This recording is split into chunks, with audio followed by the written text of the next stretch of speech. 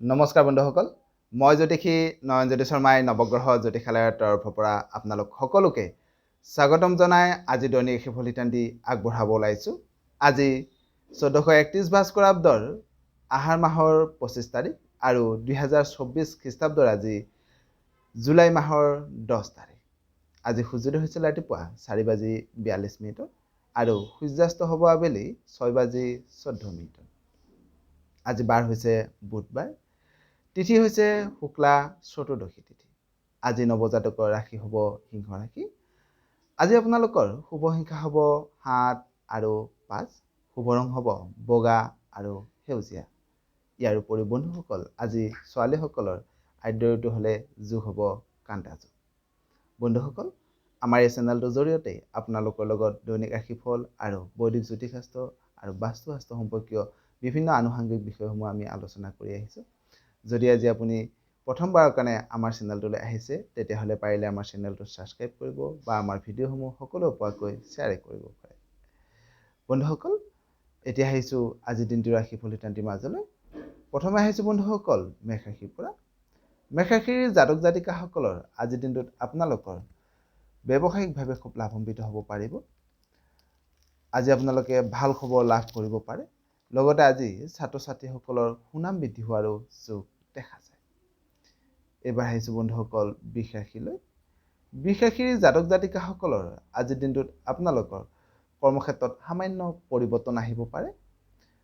যদিও আজি আপুনি শত্ৰুৰ পৰা অলপ সাৱধান হ'ব লাগিব। লগতে আজি আপুনি সজাগ নহ'লে মনত সামান্য ভয় ভাৱ সৃষ্টি হোৱাৰো যোগ দেখা যায়। এইবাৰ আহিছোঁ মিথুন ৰাশিলৈ। মিথুন ৰাশিৰ জাতক জাতিকাসকলৰ আজিৰ দিনটোত আপোনালোকে ভ্ৰমণৰ সুযোগ লাভ কৰিব।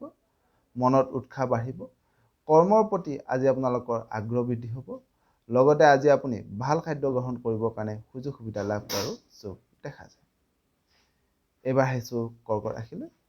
কৰ্কট ৰাশিৰ জাতক জাতিকাসকলৰ আজিৰ দিনটোত আপোনালোকৰ প্ৰেমত আনন্দ বাঢ়িব। যিসকল বিবাহ প্ৰাৰ্থী আছে তেওঁলোকৰ ঘৰত আজি বিবাহৰ কথা আলোচনা হ'ব পাৰে।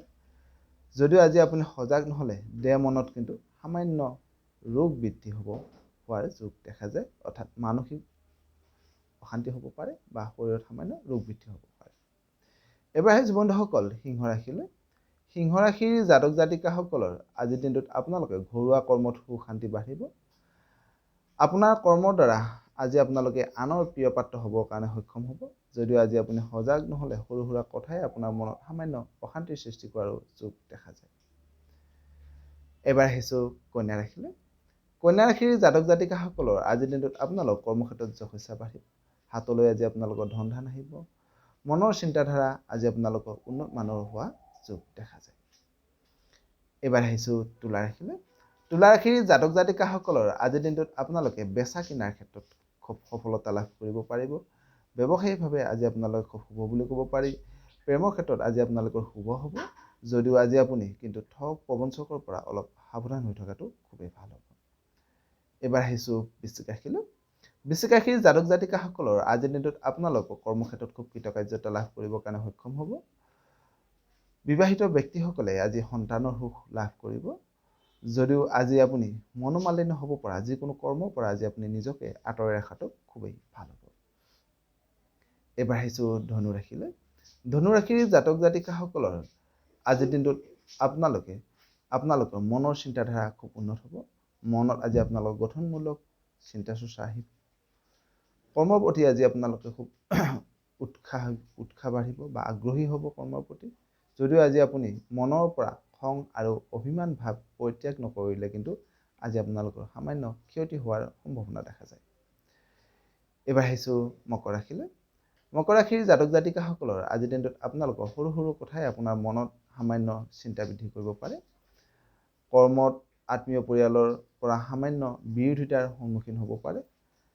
যদিও আজি আপুনি মাতৃৰ পৰা মৰম চেনেহ লাভ কৰাৰো যোগ দেখা যায়। এইবাৰ আহিছোঁ কুম্ভ ৰাশিলৈ। কুম্ভ ৰাশিৰ জাতক জাতিকাসকলৰ আজিৰ দিনটোত আপোনালোকৰ শৰীৰত পৰা ৰোগ নাশ হ'ব। আজি আপোনালোকৰ স্বাস্থ্যৰ উন্নতি হ'ব। সমাজকৰ্মীসকলে সামাজিক কৰ্মৰ প্ৰতি আজি আপোনালোকৰ খুব আগ্ৰহ বৃদ্ধি হ'ব। তেওঁলোকে নিজ নিজ সামাজিক কৰ্মত তেওঁলোকে আজি প্ৰতিষ্ঠা লাভ কৰিব পাৰে।